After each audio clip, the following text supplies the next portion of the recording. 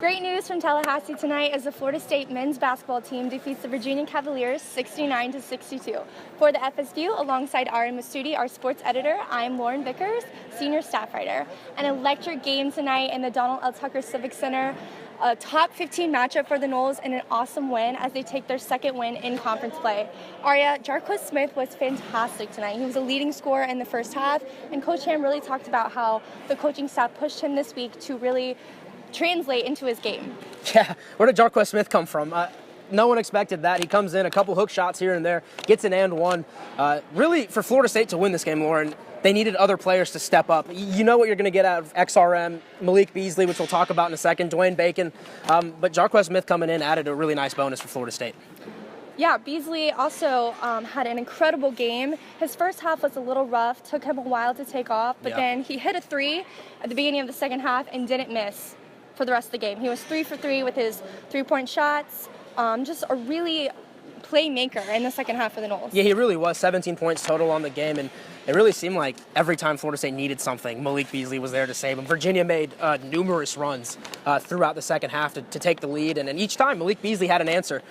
He's a guy that when he came in, everyone knew he was going to be one of the main scorers for Florida State this season. And tonight against big-time competition, in addition to needing guys like Jarquez Smith, role players, you need your stars to play like stars. Dick Vitale always says, PT Pierce. Primetime performers have to play like primetime performers, and Malik Beasley did that tonight. Yeah, definitely. Beasley had the whole arena on their feet, which is something that you don't normally see from the Noles fan base. So it was very exciting in the Tuck. No, it really was. 9,000 fans tonight. I think 9,158. Where have you guys been all season? I mean, come on.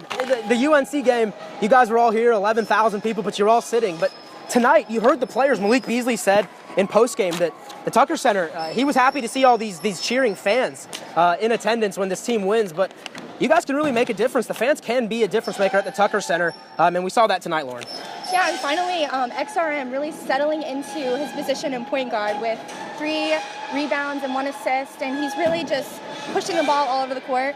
Yeah, he really was. XRM, we knew coming into this season that he was going to have to help push the pace for Florida State. He's trying to become a natural point guard for the Seminoles, and he's leading the ACC in assists this year. Tonight, you saw him wait and get into the game a little bit and hit 7 of 8 free throws down the stretch, big-time free throws to ice this game for the Seminoles. Another thing, too, is the Virginia offense really slowed down the pace of the game, and I think that also translated into Florida State's offense and really slowing down the game. I think XRM took on that pace and really changed the whole game for the Noles. Yeah, absolutely. Sorry about the construction or they're putting the seats up. We're coming at you raw right now from the Tucker Center, coming at you live. But yeah, XRM really helped push the pace tonight for Florida State. Everyone knows Florida State, they like to get out and run. Virginia likes to slow the game down. So whichever team could kind of dictate the pace of the game was going to win this ball game. I thought Florida State did a really good job of when they got their opportunities, pushing, getting into transition, and keeping Virginia on their heels. They got a massive win tonight against a top 15 team. It was definitely very crucial for the Noles.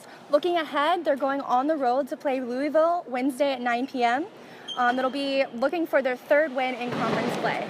So that's all we have from tonight for the FSView. Alongside Ariya Massoudi, I am Lauryn Vickers.